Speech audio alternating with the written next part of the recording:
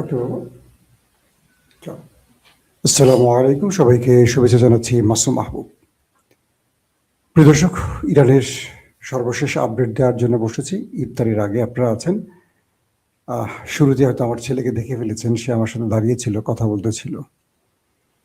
দর্শক, ইরানের সর্বশেষ আপডেটগুলো সর্বোচ্চ আমি চেষ্টা করবো একদম অল্প সময় দেওয়ার জন্য। সেটা হলো ইরানের সর্বোচ্চ নেতা আয়াতুল্লাহ আলী খামেনি শাহাদাতের পর আইআরজিসি শপথ নিয়েছে তারা ইতিহাসের সবচেয়ে বড় আক্রমণ করতে যাচ্ছে মার্কিন টার্গেটে।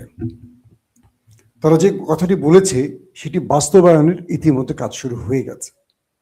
বলা হচ্ছে মার্কিন 27টি টার্গেট, মার্কিন যুক্তরাষ্ট্রের যে ঘাঁটি রয়েছে পুরো পৃথিবী জুড়ে 27টি টার্গেটে ইতিমধ্যে তারা সফল অ্যাটাক করেছে ইরানের বিপ্লবী গার্ডস আইআরজিসি।